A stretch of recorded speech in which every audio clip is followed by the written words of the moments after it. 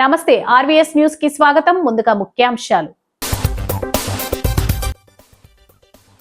2 కీలక ఒప్పందాలు కుదుర్చుకున్న సర్కార్, Chandrababu tweet.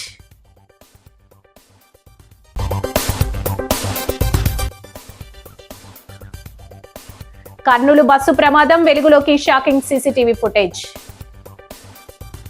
Doctor BR Ambedkar university science కళాశాల నూతన ప్రిన్సిపల్ FACగా బయోటెక్నాలజీ విభాగం అధ్యాపకురాలు డాక్టర్ కె స్వప్న వాహిని నియమితులయ్యారు. ఈ పదవిలో ఈమె 3 ఏళ్ల పాటు కొనసాగుతారు. వర్సిటీ వైస్ ఛాన్సలర్ ఆచార్య KR రజని ఈ నియామక పత్రాన్ని డాక్టర్ కె స్వప్న వాహినికకు సోమవారం అందించారు. సైన్స్ కళాశాల పరిపాలన తరగతుల నిర్వహణ విద్యార్థి కేంద్రీకృతంగా సాఫీగా జరిగేలా చూడాలని VC సూచించారు.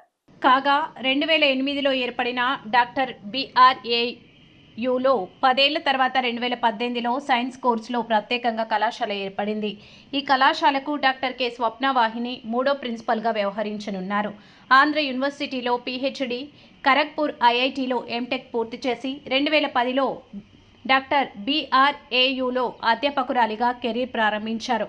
బయోటెక్నాలజీ విభాగ అధిపతిగా 2018-19లో BRAU ప్రవేశ పరీక్ష కో కన్వీనర్గా, ఎగ్జామ్స్ కాన్ఫిడెన్షియల్ డీన్గా, ఇంజనీరింగ్ కళాశాల అసిస్టెంట్ ప్రిన్సిపాల్గా, IQAC కోఆర్డినేటర్గా సేవలందించారు. అదేవిధంగా వర్సిటీ అకాడమిక్ అఫైర్స్ డీన్గా, రాజ్భవన్ వర్సిటీ కోఆర్డినేటర్గా ప్రస్తుతం కొనసాగుతున్నారు. అదనంగా సైన్స్ కళాశాల ప్రిన్సిపల్గా బాధ్యతలు నిర్వహించనున్నారు. 2018లో best research award doctor BRAU నుంచి 2024 స్వాతంత్ర దినోత్సవ వేడుకల్లో ఉత్తమ అధ్యాపకురాలు అవార్డు ప్రభుత్వం నుంచి అందుకున్నారు. AP academy of sciences associate ఫెలోగా 1 ఏడాది పాటు కొనసాగారు. నూతనంగా సైన్స్ కళాశాల ప్రిన్సిపల్గా నియమితులైన డాక్టర్ స్వప్న వాహినిని వర్సిటీ రిజిస్ట్రార్ ఆచార్య B Addaiah, SO doctor K Samrajyalakshmi, biotechnology విభాగ అధిపతి డాక్టర్ N లోకేశ్వరి తదితరులు అభినందించారు. ఆమదాల వలస నియోజకవర్గంలో మండల పట్టణ క్రమశిక్షణ కమిటీలు, యూత్ కమిటీలు, విప్లవ్ కమిటీలు మరియు బూత్ కమిటీల ప్రాథమిక సభ్యుల నియామక కార్యక్రమం గురువారం పట్టణంలోని శారద కళ్యాణ మండపంలో ఘనంగా జరిగింది. స్థానిక ఎమ్మెల్యే కూన రవికుమార్ ఈ కార్యక్రమంలో పాల్గొని పార్టీ సంస్థాగత బలం పెంపుదల దిశగా ఈ సమావేశం ఏర్పాటు చేశామని, అలాగే క్షేత్రస్థాయిలో పార్టీ వ్యాప్తిని విస్తరించడానికి నాయకులు, కార్యకర్తలు ఏకమై పనిచేయాల్సిన అవసరాన్ని ప్రస్తావించారు. ఈ కార్యక్రమానికి ఇన్ని పనులు ఇచ్చిపెట్టి హాజరయ్యారు. పార్టీ మీద ఉన్నటువంటి మీ పౌరుగా శ్రద్ధ మరి అంకిత భావం. విశాఖలో రేపు ఎల్లుండి CII భాగస్వామ్య సదస్సు జరగనుండగా ఇందుకోసం ప్రభుత్వ యంత్రాంగం అన్ని ఏర్పాట్లు పూర్తి చేసింది. ఈ సదస్సును రాష్ట్ర ప్రభుత్వం ఎంతో ప్రతిష్టాత్మకంగా తీసుకుంది. ముఖ్యమంత్రి చంద్రబాబు నాయుడు ఇప్పటికే విశాఖకు చేరుకుని పలు కంపెనీల ప్రతినిధులతో చర్చలు జరుపుతున్నారు. CII సదస్సుకు ముందే వివిధ కంపెనీలతో రాష్ట్ర ప్రభుత్వం ఒప్పందాలను కుదుర్చుకుంటుంది. ఈ ఒప్పందాలపై ముఖ్యమంత్రి చంద్రబాబు నాయుడు సామాజిక మాధ్యమం X వేదికగా స్పందించారు. What it means, it is the alarm for all of us global warming. Now we have to move differently. I have seen days no power. Then I brought reforms. Now I am saying power is available. But what type of power? That is where breakthroughs have come. Solar. Earlier solar 15 rupees unit. Very prohibitive cost. Then at one stage we scaled in a big way. Automatic rates have come down. Even panels we used to import from other countries, especially China and other countries. Now we are manufacturing everything now. I am telling you now, very interesting case studies. Andhra is very strong in solar. We are having very hot sun. In one part of our Rayalaseema, very good sunlight. And also wind is very good in Andhra Pradesh. There we are going wind energy.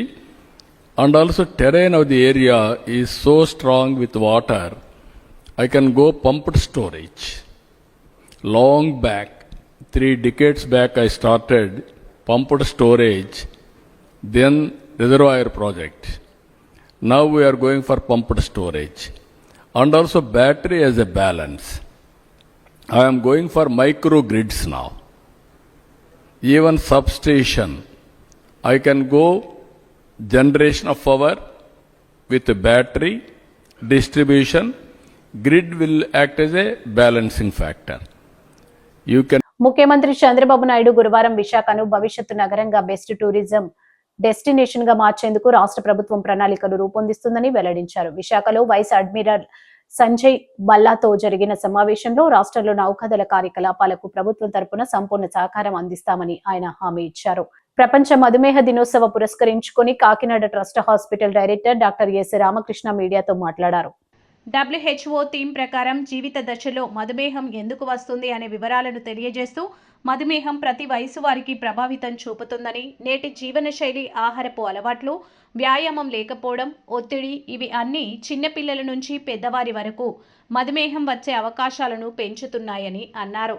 అందుకే WHO ఈ సంవత్సరం థీమ్ను జీవిత దశలో మధుమేహంగా నిర్ణయించిందని తెలిపారు.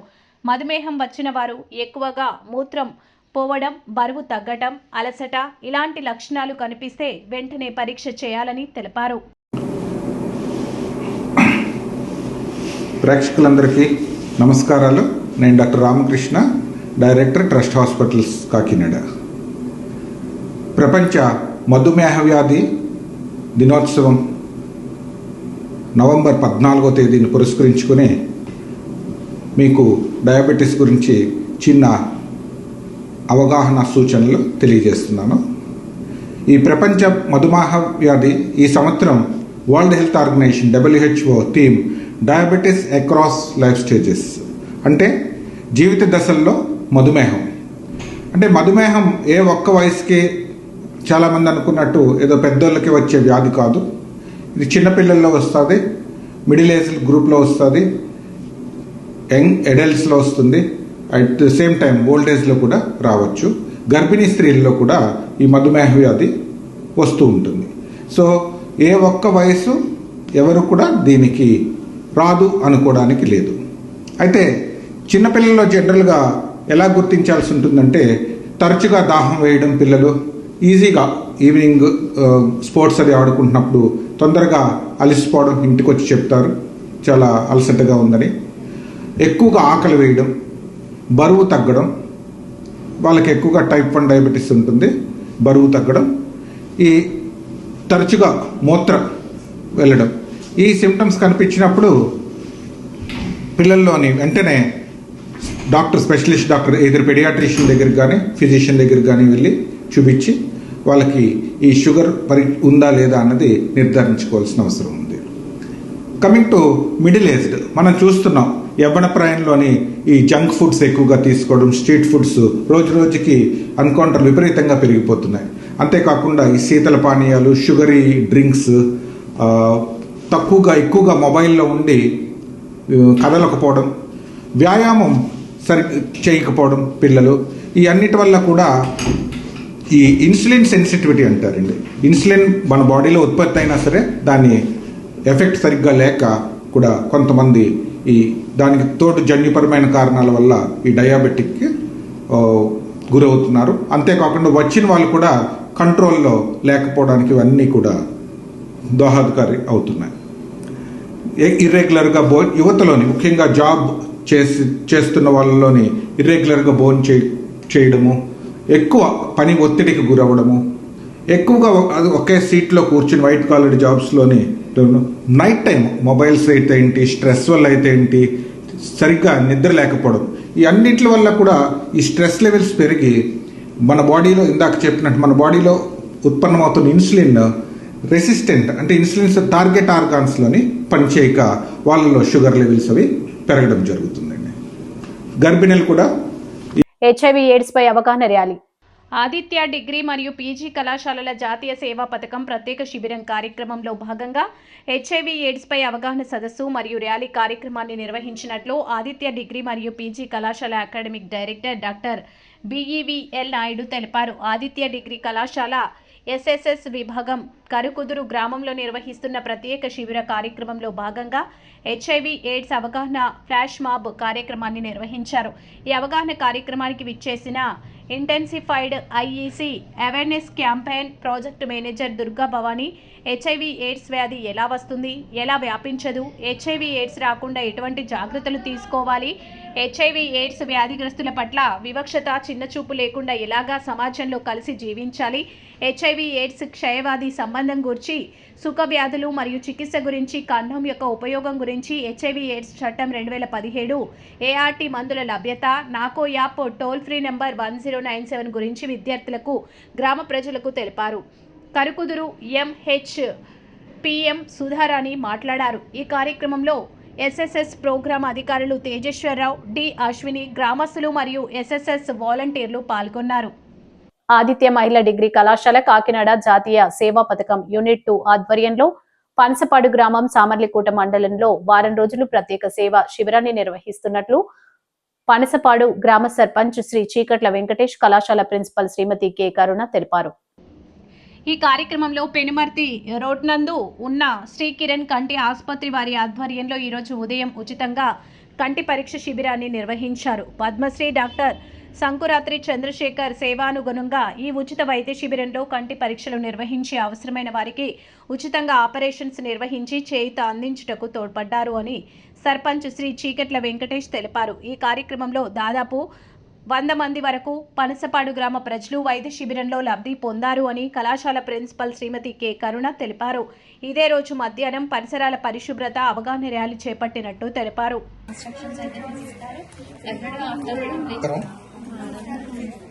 రెగ్యులర్గా continue అయిపోయారు. మీరు కూడా మా గ్రామంలో ఒక వ్యక్తుల కింద ఈరోజు ఈ కార్యక్రమానికి మన ముఖ్య అతిథులైన మార్కెట్ రెడ్డి గారికి, అదేవిధంగా వాళ్ళ ఫ్రెండ్స్ అందరికి కూడా నా హృదయపూర్వక స్వాగతం అండి.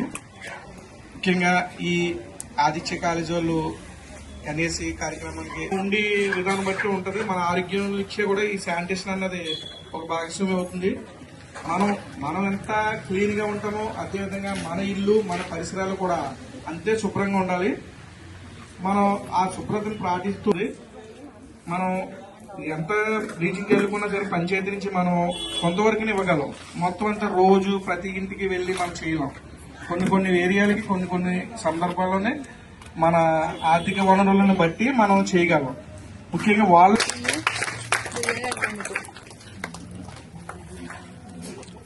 Good afternoon. Very nice. నిజంగా మరి ఈ పనసపాడు గ్రామ ప్రజలతో మీరంతా కూడా ఇలా మమేకమై ఆదిత్య కాలేజీని విడిచి ఈ గ్రామానికి డైలీ మార్నింగ్ వచ్చి సాయంత్రం వరకు ఇక్కడ టైం స్పెండ్ చేస్తూ గ్రామాల్లో ప్రజలు ఎలా ఉంటారు, వాళ్ళు జీవన గమనం లాంటిది, వాళ్ళు ఎటువంటి ఆహారం తీసుకుంటారు, ఎటువంటి వాటర్ తాగుతారు, వాళ్ళు చుట్టుపక్కల పరిసరాలు ఏ రకంగా ఉంటాయి. కర్నూలులో జరిగిన బస్సు ప్రమాదానికి సంబంధించిన షాకింగ్ సీసీటీవీ ఫుటేజ్ వెలుగులోకి వచ్చింది. ఫుటేజ్ ప్రకారం బైక్ పై ప్రయాణిస్తున్న శివ డివైడర్ ను ఢీకొట్టడంతో అక్కడికక్కడే మృతి చెందాడు. శివ మృతదేహం రోడ్డుపై పడుండగా అతని స్నేహితుడు పక్కన నిల్చున్నాడు. ఈలోగా అనేక వాహనాలు జాగ్రత్తగా దాటుకుంటూ వెళ్లాయి. అయితే వేగంగా వస్తున్న కావేరీ ట్రావెల్స్ బస్సు కంట్రోల్ కోల్పోయి బైక్ ను ఢీకొట్టి లాక్కెళ్లినట్టు దృశ్యాల్లో స్పష్టంగా కనిపిస్తుంది. రామోజీ ఫిలిం సిటీలో నవంబర్ 15న జరగనున్న SSMB 29 సినిమా మొదటి ఈవెంట్ కు సంబంధించి దర్శకుడు రాజమౌళి ఒక ప్రత్యేక వీడియో విడుదల చేశారు. పాస్లు ఉన్నవారిని మాత్రమే అనుమతిస్తారని, అందరినీ అనుమతించరంటూ సోషల్ మీడియాలో వస్తున్న వార్తలను నమ్మవద్దని ఆయన స్పష్టం చేశారు. ఈ భారీ ఈవెంట్ కు అందరూ సహకరించాలని కోరారు. జియో హాట్స్టార్ లో ఈవెంట్ ను లైవ్ లో చూడొచ్చని తెలిపారు. అందరికీ నమస్కారం. మన గ్లోబ్ ట్రాటర్ ఈవెంట్ కోసం మీరు అందరూ చాలా ఉత్సాహంగా ఎదురు చూస్తున్నారని తెలుసు. నేను కూడా చాలా ఎక్సైటెడ్గా ఉన్నాను. మన ఈవెంట్ బాగా జరగాలంటే మీ అందరి సహకారం చాలా అవసరం. మన ఈవెంట్కి ఉన్న క్రేజ్ దృష్ట్యా మనందరి సేఫ్టీ దృష్టిలో ఉంచుకొని పోలీస్ డిపార్ట్మెంట్ వారు సార్ చాలా స్ట్రిక్ట్ ఇన్స్ట్రక్షన్స్ పాస్ చేశారు. అవన్నీ కూడా మనం ఖచ్చితంగా పాటించాలి. ఫస్ట్ థింగ్స్ ఫస్ట్, ఇది ఓపెన్ ఈవెంట్ కాదు. ఫిజికల్ పాసెస్ ఉన్న వాళ్ళు మాత్రమే మన ఈవెంట్కి రావాలి. అండ్ అలాగే నేను కొన్ని వీడియోస్ చూశాను. ఇది ఓపెన్ ఈవెంట్, ఎవరు పడితే వాళ్ళు వచ్చేవచ్చు, ఇక్కడికి వచ్చిన తర్వాత అందరినీ ఎలా చేస్తారు, అలాగే ఆన్లైన్ లో పాసెస్ అమ్ముతున్నారు. Don't believe all this kind of stuff. Physical passes అందజేయబడతాయి. అవి ఉన్నవాళ్ళు మాత్రమే రావాలి. 15వ తారీఖున Ramoji film city main gate, Vijayawada highway మీద ఉన్న main gate it's going to be closed. ఆ రోజు క్లోజ్ చేసేయబడుతుంది. సో మన ఈవెంట్కి ఎలా రావాలి అంటే, విజయవాడ నుంచి వచ్చేవాళ్ళు Ramoji film city main gate కన్నా ముందే లెఫ్ట్ తీసుకోవాలి. ఆ రోడ్ అనాస్పూర్కి వెళ్తుంది. అనాస్పూర్ నుంచి మన ఈవెంట్ బ్యాక్ సైడ్కి వస్తుంది. అలాగే ఎల్బీ నగర్, వనస్థలపురం నుంచి వచ్చేవాళ్ళు ఓఆర్ఆర్ ఎగ్జిట్ నెంబర్ 11 దాటి ముందుకొచ్చి యూటర్న్ తీసుకొని సర్వీస్ రోడ్లోంచి సాంఘీ మీదుగా మన ఈవెంట్కి రావచ్చు. అండ్ గచ్చిబౌలి నుంచి వచ్చేవాళ్ళు ఓఆర్ఆర్ మీద ఎగ్జిట్ నెంబర్ 12 దగ్గరే కింద దిగిపోయి సర్వీస్ రోడ్లోంచి వచ్చి రైట్కి తీసుకుంటే సాంఘీ నుంచి మన ఈవెంట్కి వస్తారు. సో మన పాసెస్ మీద క్యూఆర్ కోడ్ ఉంది. If you scan it, clear instructions videos ఉంటాయి అందులో. ఎక్కడి నుంచి వచ్చేవాళ్ళు ఏ విధంగా రావాలి, మన రోడ్ అంతా విత్ వీడియో తీయబడి ఉంటుంది. అందులో ఇన్స్ట్రక్షన్స్ ఉంటాయి. If you download it will be very useful for you. ఇవే కాకుండా మీరు వచ్చే దారిలో క్లియర్ కట్ సైన్ బోర్డ్స్ ఉంటాయి. గ్లోబ్ ట్రాటర్ ఈవెంట్కి లెఫ్ట్ తీసుకోండి, ఆర్ రైట్ తీసుకోండి, ఆర్ యూటర్న్ తీసుకోండి. ఈ సైన్ బోర్డ్స్ పార్కింగ్ వరకు కూడా క్లియర్గా ఉంటాయి. మనందరి గ్రూపుల్లో ఒకడు ఉంటాడు, అరే నాకు షార్ట్ కట్ తెలుసురా, ఇలా వెళ్ళిపోదాం రా అని చెప్పి వాడు ఒకడు ఉంటాడు. వాళ్ళ మాత్రం మాట వినొద్దు. మన ఇన్స్ట్రక్షన్స్ ఫాలో అవుదాం. హ్యాపీగా, క్లియర్గా, వితౌట్ ఎనీ హ్యాసిల్ మనం పార్కింగ్ చేరుకుందాం. ఈవెంట్కి అక్కడి నుంచి ఈవెంట్ రావడం చాలా ఈజీ. మన ఈవెంట్కి మీకు అసైన్ చేసిన గేట్స్ ఏదైతే ఉన్నాయో అవి 2 PM నుంచి మధ్యాహ్నం 2 నుంచి ఓపెన్ చేయబడి ఉంటాయి. సో మీరు ఎర్లీగా వస్తే పార్కింగ్ ప్లేస్లో మంచి స్పాట్స్ దొరుకుతాయి, ఈవెంట్లో మంచి సీట్స్ దొరుకుతాయి. 18 సంవత్సరాల కన్నా తక్కువ వయసు ఉన్న వాళ్ళకి, సీనియర్ సిటిజన్స్కి ఈసారి పోలీసు వారు పర్మిషన్ ఇవ్వలేదు. So please stay at home and watch the event live on Jio Hotstar. రీసెంట్గా జరిగిన రకరకాల ఈవెంట్స్ని దృష్టిలో పెట్టుకుని పోలీసు వారు ఈసారి చాలా స్ట్రిక్ట్గా ఉండబోతున్నారు. కమిషనర్ గారు పర్సనల్గా చెప్పారు, ఏమాత్రం అవాంఛనీయ సంఘటన జరిగినా, ఏమాత్రం కంట్రోల్ తప్పినా ఈవెంట్ విల్ బీ క్యాన్సిల్డ్ అని. వారు ఇదంతా చేసేది మన సేఫ్టీ కోసం, మనందరి సేఫ్టీ కోసం. కాబట్టి వారికి పూర్తిగా సహకరించి మన ఈవెంట్ని బ్రహ్మాండంగా చేసుకుందాం. Thank you. See you on 15th. వార్తలు ముగించే ముందు ముఖ్యాంశాలు మరోసారి.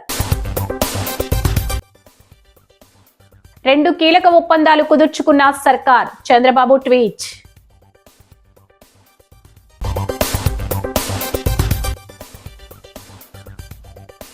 కర్నూలు బస్సు ప్రమాదం, వెలుగులోకి షాకింగ్ సీసీటీవీ ఫుటేజ్. ఈ వార్తలు ఇంతటితో సమాప్తం. నమస్కారం.